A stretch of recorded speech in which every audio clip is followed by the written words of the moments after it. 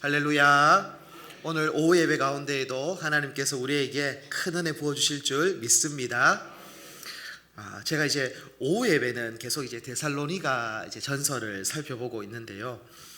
제가 이제 이렇게 설교를 준비할 때 약간의 테마를 가지고 좀 준비를 하고 있습니다. 왜냐하면 오전에는 그래도 다양한 성도님들도 오시고 또 새가족들도 있고 그렇게 하니까 조금 더 주제가 선명한 말씀을 좀 준비한다고 한다면 이제 오후 예배는 그래도 이렇게 어느 성경을 정해서 쭉 나가다 보면 어찌 보면 이게 설교자가 이렇게 표적을 가지고 설교를 하는 것은 안 좋은 거는 맞거든요.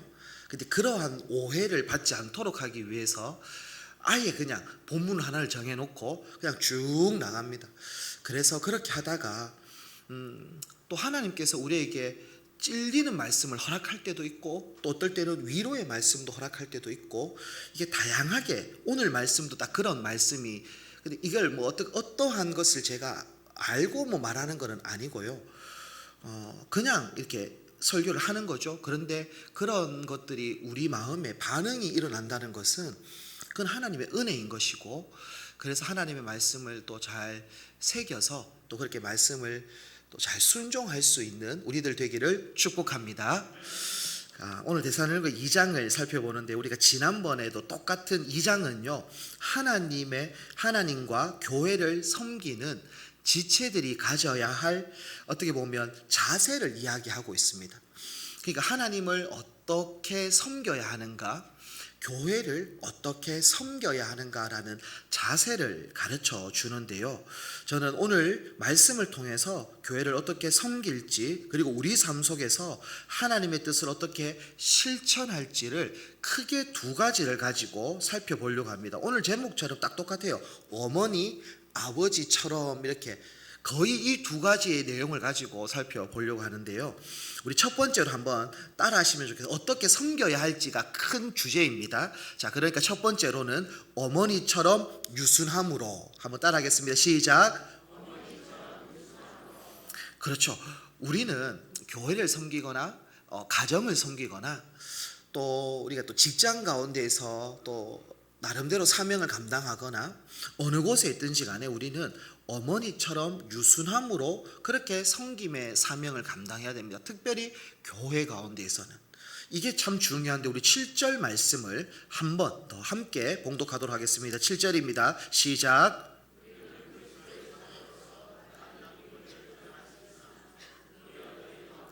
유순한 자가 되어 유모가 자기 자녀를 기름과 같이 하였으니 아멘. 바울은요 데살로니가 교회를 어떻게 섬겼다라고 이야기하고 있냐면 정말 권위를 주장하지 않았다라고 먼저 이야기하고 있습니다. 사도로서 마땅히 가져야 할 권위가 있음에도 불구하고 자신의 권리를 주장하지 않고 어찌 보면 포기하면서까지 정말 데살로니가 교회를 사랑했고 섬겼다라고 이야기하는데요. 여기서 이제 저는 권위에 대한 이러한 것을 이야기하는 것보다는 뒤에 있는 말씀을 조금 더 강조하고 싶은데요. 여기서 보면 유모가 자기 자녀를 기름과 같이 했다라고 이야기를 하고 있습니다. 유모라는 단어가 등장하는데요. 헬라어로 보면 영양을 공급하는 사람, 양육하는 사람을 유모다라고 이야기하는데 우리가 이 유모라는 단어를 들으면 대부분 우리는 이렇게 생각을 합니다. 다른 누군가의 아이를 가르치는 돈을 받으면서 살아가는 직업을 우리는 유모라고 이렇게 대부분 생각을 하죠. 근데 헬라어에서는 그런 사람들도 유모다라고 말하기도 하고요. 근데 생물학적 어머니도 유모에 포함되어질 수 있습니다.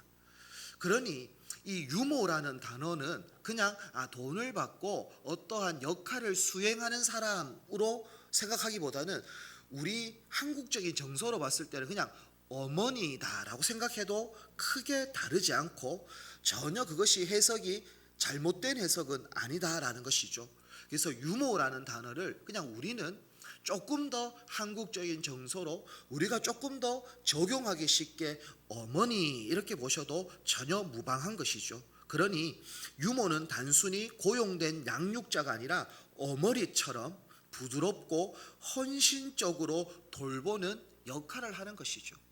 그러니 우리가 자녀를 낳지는 않았어도 어찌 보면 입양을 한다라고 생각을 해보시면, 내가 배를 아파서 낳지는 않았지만 이 아이를 가슴으로 낳았기 때문에 이 아이를 양육하는 것과 같이 어찌 보면 똑같은 어머니의 모습인 것이죠. 그러니 여기서 말하는 사도 바울의 유모와 같이 데살로니가 교회를 섬겼다라고 말하는 것은, 어머니가 자녀를 정말 섬기고 진자리 마른 자리를 다 갈아서 어찌 보면 그렇게 헌신하고 희생하고 수고했던 그러한 모습을 이야기하고 있는 것이죠. 그러니 이 유모, 이 어머니처럼 우리가 섬겨야 하는데, 그러면 어떻게 어머니처럼 섬길 수 있는가? 그것은 유순함을 가지고 있어야 된다라고 이야기를 하고 있습니다. 정말 유모와 같이, 어머니와 같이 섬길 때 가장 필요한 덕목 중에 하나는 유순함인데요, 이 유순함이 과연 무엇일까라는 것을 생각해 볼 때 그냥 우리가 하나의 예를 들어서 이렇게 생각해 보면 좋을 것 같아요. 자녀 중에 아주 고집스럽고 정말 다루기가 힘든 아이가 있다라고 생각을 해봅시다. 그 아이가 있는데요, 근데 엄마는 그 아이를 어떻게 대하는가? 뭐 맨날 혼내고 야단치고? 아니요, 그렇지 않죠. 어떻게 보면 그렇게 고집스럽고 정말 말도 잘 안 듣는 청방지축과 같은 이 아이를, 내가 더 이상 이 아이를 케어할 수 없다라고 엄마가 포기하는 엄마는 없습니다. 정말 가슴에 그 아이를 품고 포기하지 않습니다. 그 아이가 돌아오기를 기다리고 또 그 아이를 위해서 눈물을 흘리면서, 정말 신앙인의 어머니라면 눈물의 기도를 끊임없이 하는 것이죠. 절대 포기하지 않는 것이죠. 사랑으로, 인내로 그 아이를 돌보는 모습, 이것이 유순함인 것입니다. 절대 포기하지 않고 절대 그 아이를 버리지 않고 정말 그 아이를 끝까지 붙잡고 그 아이를 위해서 눈물의 기도를 하고 정말 인내하면서 기도하고 끝까지 그 아이를 돌보는 마음, 이것이 유순함이다라는 것이죠. 그러니 사도 바울은 어머니의 유순함의 그 모습을 이야기하면서, 정말 교회를 섬길 때 정말 나에게는 어머니와 같은 마음이 있는가? 정말 나에게는 유순함의 마음이 있는가라는 것을 이야기하고 있는 겁니다. 정말 우리 성도님들 교회를 섬길 때, 가정을 섬길 때 정말 어머니와 같은 마음으로 가정을 섬기고 계십니까? 또 어머니와 같은 그러한 마음으로 교회를 섬기고 계십니까? 특별히 유순함은 정말 말도 안 듣고 저 인간하고 내가 상종도 하기 싫다라고 하는 이가 바득바득 깔리는 그 사람과도 어찌 보면 참아줄 수 있고 인내할 수 있고 견딜 수 있고 정말 포기하지 않고 그를 위해서 원수까지도 사랑할 수 있는 예수님의 마음을 가지고 그렇게 살아가는 것, 이게 유순함이거든요. 절대 악을 악으로 갚지 않는 모습, 악을 선으로 갚는 모습, 그에게 있어서, 자녀에게 있어서 막 강압적으로 그 아이를 어떻게 하려고 하는 것이 아니라 정말 악을 선으로 갚으면서 그의 마음을 어찌 보면 녹이는 것이죠.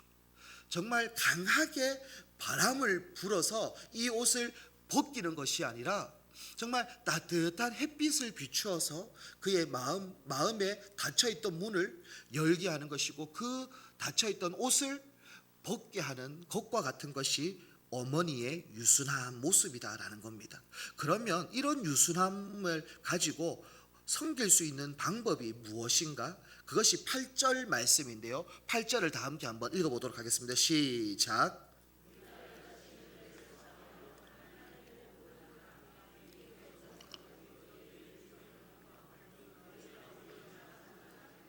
아멘. 어머니가 가진 유순함으로 영혼들을 섬길 수 있는 근원이 뭐냐, 근본이 뭐냐라고 했을 때, 정말 우리가 나도 어머니처럼 유순함을 가지고 교회에서 사역을 감당하고 섬김과 봉사의 사명을 감당하기를 원하는데, 이렇게 유순함을 가질 수 있는 근원의 방법이 뭐냐면 8절에 보니까 우리가 이같이 너희를 사모하여라고 이야기하고 있습니다. 사모한다라고 이야기를 합니다. 그리고 끝에 보니까 너희가 우리의 사랑하는 자 됨이라 라고 이야기를 하고 있습니다. 결국 유순함을 가지고 어머니처럼 교회나 가정에서 섬길 수 있는 근원이 뭐냐? 그건 사랑인 거예요. 사랑이 없으면 아무것도 안 되는 거예요. 사랑이 없으면 악을 선으로 갚을 수도 없고, 참아줄 수 없고, 기다려줄 수 없고, 인내할 수 없죠. 그러니 사도 바울은 정말 어머니처럼 유순함을 가지고 데살로니가 교회를 정말 사랑했다라고 이야기를 하고 있습니다. 우리에게 있어서 하나님의 사랑이 있습니까? 정말 이 사랑이 회복되어지기 위해서 기도하며 몸부림치고 있습니까? 정말 교회는 교회다워질 수 있는 방법이 뭐냐? 사랑이 회복되어지는 거예요. 사랑이 회복되어지지 않으면 결코 그 교회는 건강할 수가 없고, 어머니처럼 유순함으로 이웃을 섬길 수도 없는 것이죠.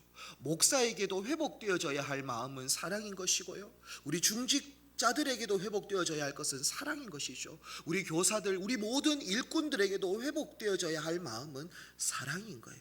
사랑이 없이는 아무것도 안 되는 것이죠. 그런데 사랑을요, 동사로 성경은 늘 표현하고 있다는 거 아십니까? 문법적으로는 동사로 표현을 안 할 때도 있죠. 하지만 늘 성경은 동사의 의미를 가지고 늘 사랑을 표현하고 있어요.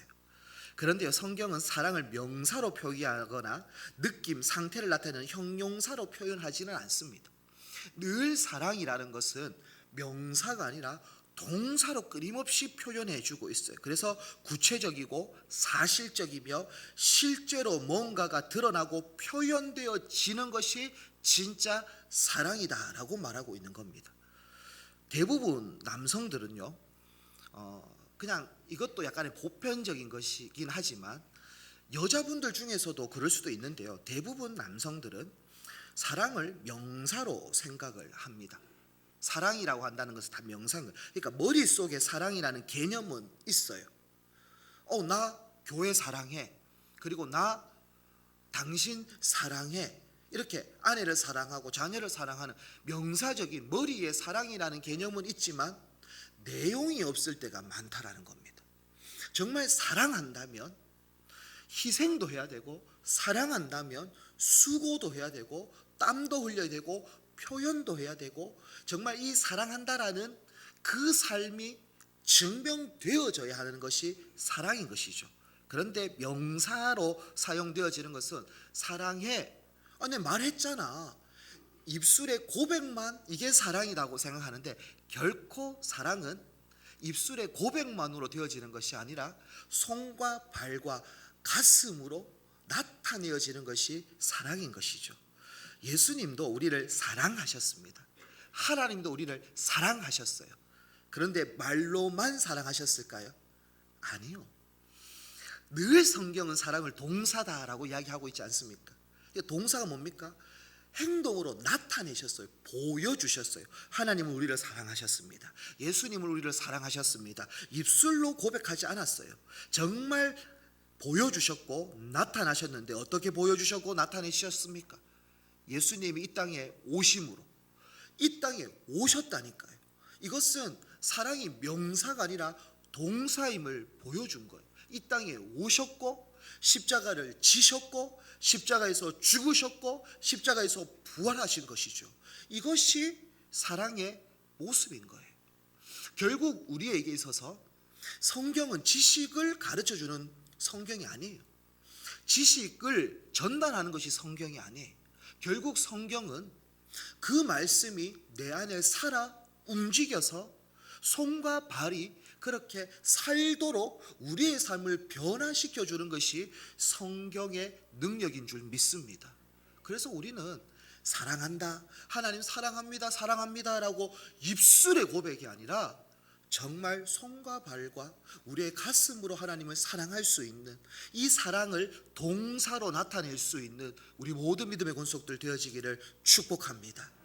그래야 우리가 어머니와 같이 유순함을 가지고 그렇게 성도들을 세워주고 성도를 섬기고 그렇게 성도들 한 사람 한 사람을 위로해 줄 수 있는 우리가 되어지는 것이죠. 저는 우리 교회를 이제 부임해서 이제 3개월 정도 되어져 가고 있는 중에 있습니다. 아직도 잘 모르고 어찌 보면 다 모르잖아요. 제가 아직까지 다 모르고 있어요. 그런데 이렇게 오매 가매 그냥 저도 귀는 있으니까 또 듣기도 하고 뭐 이렇게 하다 보면 참 귀하게 섬기시는 분들의 모습들이 보여지기도 하고 들려지기도 하고 또 느껴지는 모습들이 있어요. 뭐 누구라고 말하지는 않지만 주일학교 교사들을 이렇게 제가 직접적으로 만나고 사역을 하고 있는 것은 아니지만 참 그들의 헌신이 귀하다라는 마음이 듭니다. 정말 어떠한 사례비를 받습니까? 뭐 생활비를 받고 하는 건 아니잖아요. 그러니까 진짜 순수한 봉사인 것이죠. 근데 주일학교 선생님들이 자신의 지갑을 열 때가 많잖아요. 자신의 지갑까지도 엽니다. 정말 이렇게 봉사해 주는 것만으로도 감사한데 그럼에도 불구하고 또 아이들을 위해서 지갑도 열기도 하고 또 이렇게 마음을 쏟기도 하고 어떻게 이렇게 할 수 있을까라고 생각을 해보면 참 부모와 같은 마음이 있구나. 정말 우리 교사들에게는 어머니와 같은 마음이 있구나. 이 마음 없이는, 이 유순함 없이는 어떻게 이 아이들 한 명 한 명을 사랑할 수 있고 이 아이들을 품고 기도할 수 있고 또 먼 길에 있는 아이들을 또 태워올 수 있고 이렇게 섬기는 모습들은 어머니와 같은 마음이 있기 때문에 가능하구나라는 것을 또 한 번 느끼게 되어지는 거예요. 그리고 저는 늘 식사할 때마다 표현은 잘 못하는데 감사한 마음은 늘 있어요. 이야, 참 한 달 한 달마다 구역이 돌아가면서 이렇게 섬기지 않습니까? 1년에 거의 4번씩 아니면 3번씩까지도 이렇게 섬기는데 그 설거지하는 것이 집에서도 하기 싫은 설거지를 교회까지 와가지고 설거지를 해야 되고 또 식사를 준비해야 되고 근데 그들의 마음 가운데에 정말 성도를 사랑하는 마음이 없이 그렇게 봉사하면 괴로울 거예요. 괴로울 수밖에 없어요. 와, 내가 파출불도 아니고 이거 내 뭐하노 내가 식당에 취업했나 뭐 이런 마음도 들기도 하고 그런데 사랑하는 마음이 생기면 아이고 우리 성도님들 오늘 예배 잘 드리고 또 밥 한 끼 내가 대접한다. 정말 죽게 하듯이 그렇게 섬기는 마음으로 식사 대접하고 정말 이 몸된 교회 정말 설거지하는 마음으로 어찌 보면 이 하나님의 몸을 닦는 마음으로 그렇게 설거지하는 모습들 이런 것들이 어찌 보면 어머니와 같은 마음 유순한 마음이지 않을까라는 생각이 들어요. 제가 20살 때인 것 같아요. 군대 가기 전이니까 제가 성주하고 좀 인연이 깊긴 깊어요. 내가 몰랐는데 제가 벽진을 한번 이렇게 뭐 때문에 이렇게 갖는 경우가 있었는데 그때 딱 기억이 나는 거예요. 벽진을 딱 가니까 제가 20살 때 벽진에 와가지고 벽진 교회에 와서 농촌 봉사를 했던 기억이 딱 나더라고요. 그래서 그때 여름에 와서 샤워 시설도 없어서 거기에 종탑에 천막을 설치해 놓고 거기서 샤워했던 기억도 나고 와 그러면서 막 야 내가 성주하고 이렇게 인연이 깊었구나라는 마음이 막 들면서 그때 제가 했던 사명은 무엇이었냐면 딴 분들은 전도도 나가고 뭐 이렇게 대학생들이니까 그렇게 했는데 제가 설거지 담당이었어요. 제가 설거지를 했거든요. 그런데 얼마나 원망불평했는지 모릅니다. 이야 저 인간 저것들은 눌루날라 신나게 제가 이제 20살이니까 1학년이니까 내한테 일부러 그거 시킨 줄 알았어요. 형들하고 누나들은 더 편한 거 하고 내가 막내니까 막 주방에 집어넣고 막 설거지 시키고 나는 투덜투덜 하면서 설거지 막 이렇게 했는데 그런데 한 이틀 정도 지나니까 한 형이 저하고 같이 설거지를 하면서 그 형이 그냥 혼자 이렇게 막 기쁘게 설거지를 하는 거예요. 그러면서 하는 말이 뭐냐면 나는 지금 예수님을 씻겨드리고 있어 하고 혼자 막 그렇게 막 이상한 간증을 하는 거예요. 너무 감사해. 내가 이렇게 섬길 수 있는 게 너무 축복이야.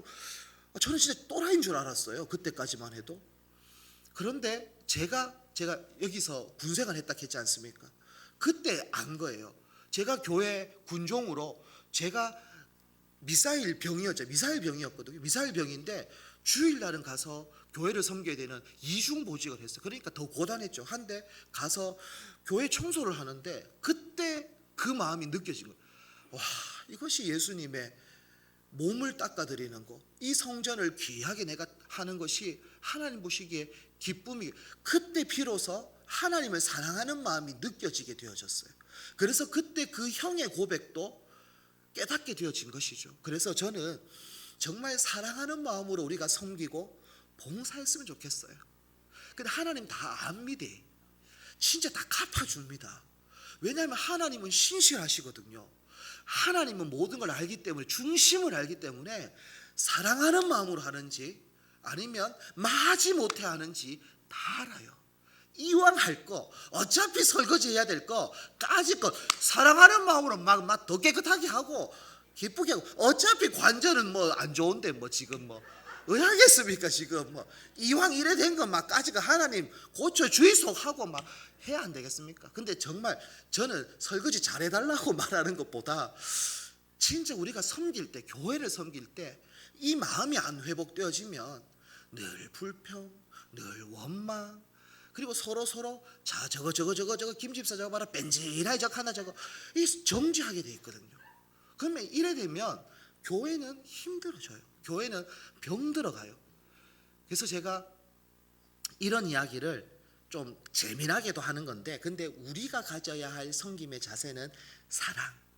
정말 이 사랑이 회복되어질 때 어머니와 같은 마음으로 정말 유순함으로 그렇게 서로를 섬기며 우리 성주중앙교회를 건강한 믿음의 교회로 세워나가기를 축복합니다. 자, 우리 두 번째로 한번 따라해 주시면 좋을 것 같은데요. 아버지처럼 권면함으로. 11절 말씀을 한번 보도록 하겠습니다. 11절입니다. 시작.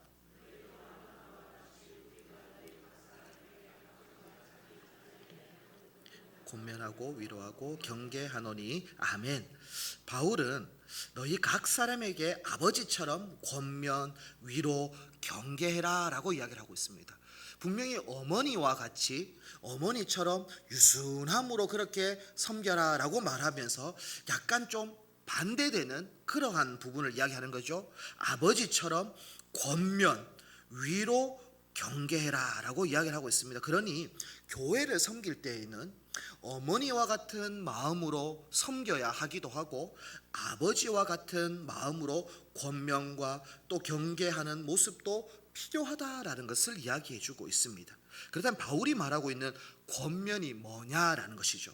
여기서 말하는 권면은요, 옳은 것을 반복적으로 가르쳐 그것이 삶에 스며들게 하는 것을 권면이다라고 이야기하고 있어요. 그러니까 권면은 옳은 진리를 반복적으로 가르치는 거예요. 그리고 그 가르침이 몸에 습관이 되어지고 정말 삶이 되어질 수 있도록 그렇게 훈계하는 것, 그렇게 권면하는 것, 그렇게 가르치는 것, 이것이 다 권면이다라고 말할 수 있는 것이죠. 자녀들을 기를 때 좋은 습관을 몸에 배게 하려면 어쩔 수 없는 반복이 필요합니다. 그냥 한 번 했을 때 뭐가 되어지지 않는 경우가 많죠. 하지만 여러 번 가르치면 그 가르침이 마음에 새겨지는 것이죠. 그래서 우리의 습관도 고쳐지는 것이고 우리의 삶도 변화가 되어진다라는 것입니다. 그런데 여기서 권면은 단순한 지시나 명령을 의미하는 것은 아닙니다. 이렇게 해, 하라 했지, 공부해 라고 하면서 이렇게 지시, 명령을 의미하는 것은 아니에요. 결국 이것도, 이 권면도 사랑이라는 전제가 있어야 함을 이야기하고 있는 겁니다. 사랑 없는 권면, 사랑 없는 지적, 사랑 없는 지시는 결국 상처만 자녀들에게 아니면 상처만 성도들에게 남길 수 있는 모습이 되어지는 거예요. 그래서 교회에도 이러한 권면이 당연히 필요합니다. 권면의 모습이 필요하죠.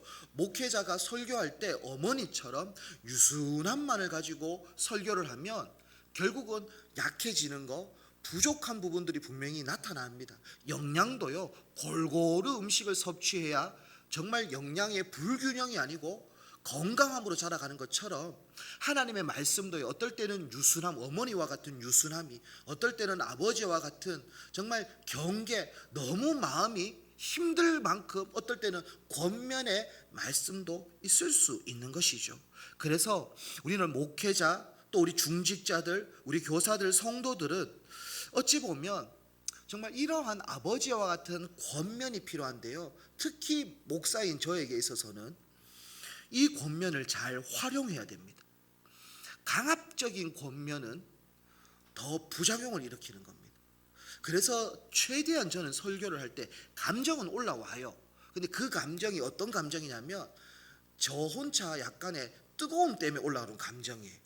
오늘 오전 예배에 약간 오버를 해가지고 몸이 지금 너무 아파요. 몸이 뭐가 아파요. 제가 이게 혼자 막 어떨 때 설교하다가 보면 이게 그 감정이 어떤 감정이냐면 혼자 뜨거운 거예요. 지금 성도님도 안 뜨거운데 저 혼자 뜨거운 거예요. 그냥 혼자. 그럴 때 막 이게 이런 감정이 올라오는 거지. 야, 저 봐라 저 김집사 또 잔다. 막 내가 화가 난다 막 이런 거는 안 나요. 뭐 자도 괜찮아요. 저는 늘 하잖아요. 주무셔도 돼요. 그것도 하나님의 은혜입니다. 이때 아니면 언제 잡니까? 불면증 얼마나 힘든 줄 압니까? 저도 요즘에 약간 불면증 비슷한 게 있어요. 이게 어떤 거냐면 이게 너무 피곤해서 잤는데 일어나면 다시 잠이 안 와져요. 이게 고통스러워요. 막 자고 싶은데 안 자. 이런 게 진짜 힘들거든요. 진짜 하나님께서 오늘 잠을 주시면 푹 주무십시오. 그것도 하나님 주시는 은혜예요. 은혜. 잠을 통해서 우리의 육이 회복되어지는 것도 얼마나 큰 축복입니까?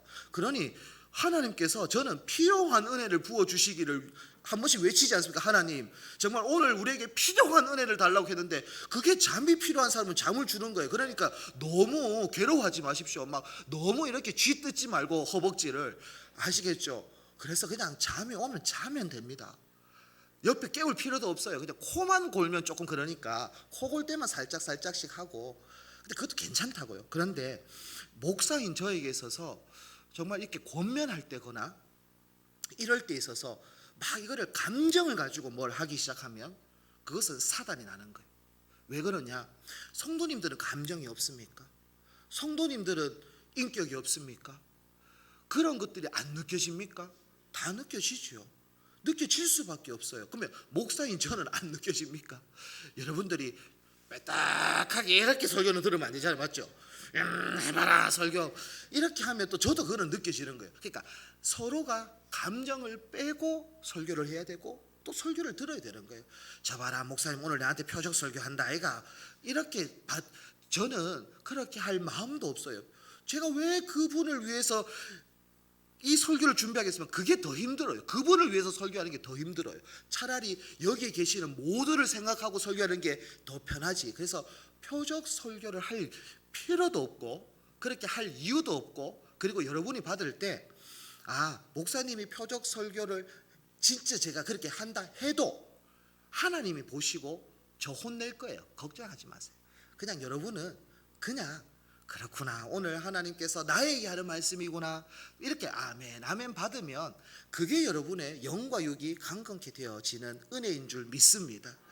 정말 우리가 아버지와 같은 이러한 말씀을 할 때가 있을 거예요.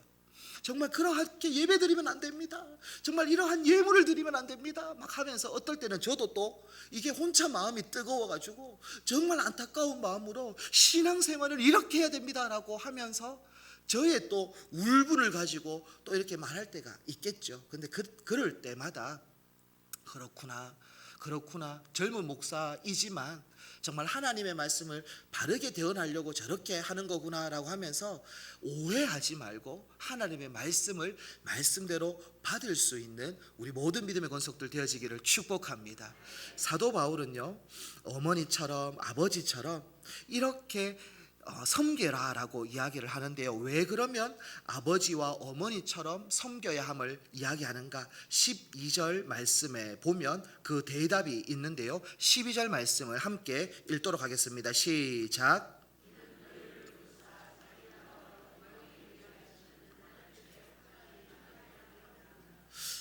이 구절은 사도 바울이 데살로니가 교회를 돌보며 그들에게 어떤 마음과 목적을 가지고 섬겼는지를 알려주는 거예요.